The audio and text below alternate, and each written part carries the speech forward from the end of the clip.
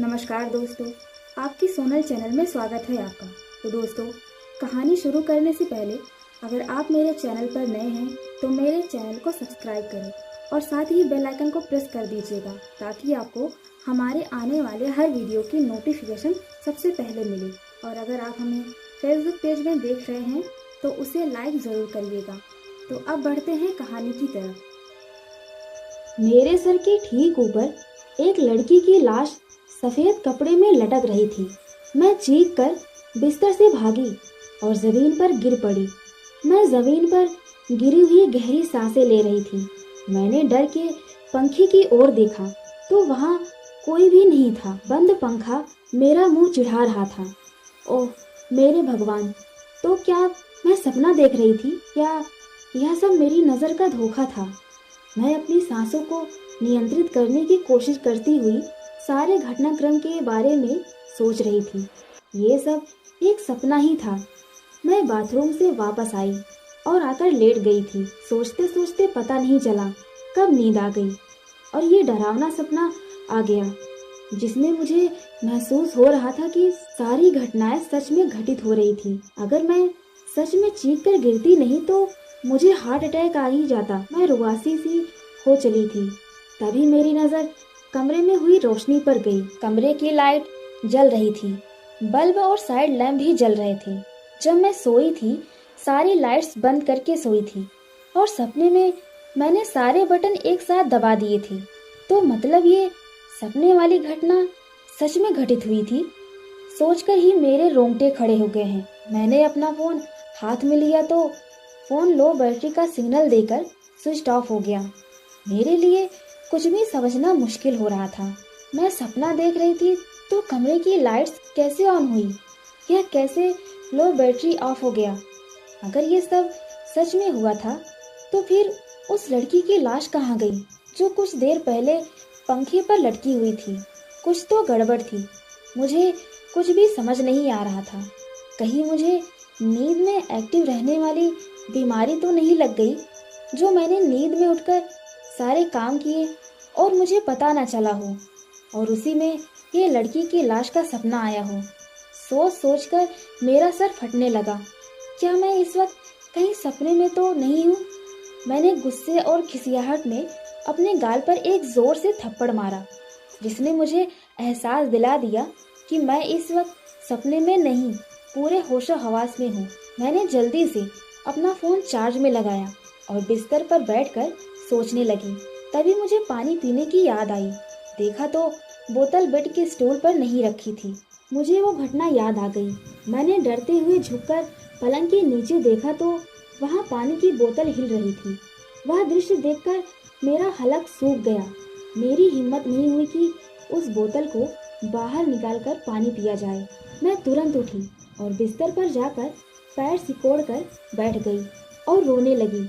रोते रोते मेरा गला रूंधने लगा। भगवान इस आफत से आज निकाल दे।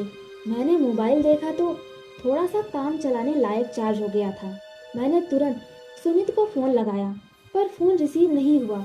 रोने और प्यास की वजह से मेरा गला सूख रहा था।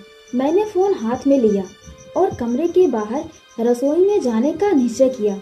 बाहर गैलरी की लाइट मैंने जानबूझकर जली छोड़ दी थी जिससे घर में एकदम अंधेरा ना हो।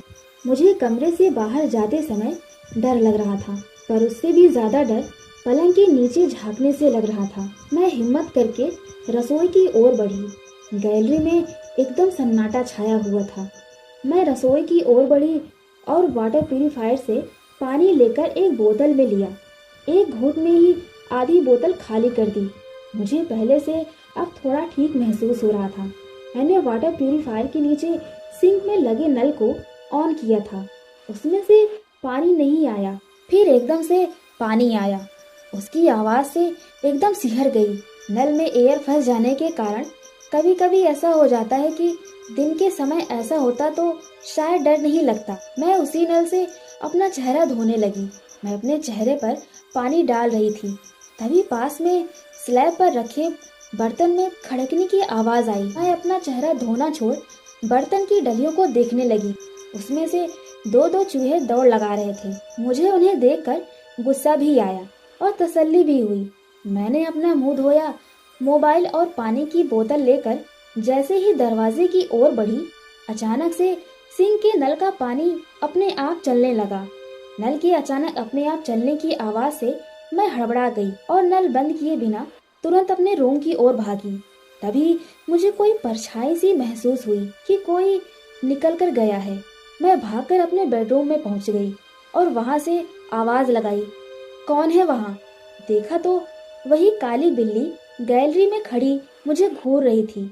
मैंने आओ न देखा ताओ, गुस्से में मैं पास रखे फूलदान से उसे खींच कर मारा। मैं बेडरूम का गेट जल्दी से बंद करके अपने बेड पर आ गई।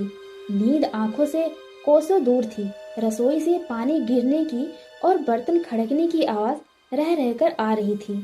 थोड़ी देर बाद ही पानी की आवाज बंद हो गई।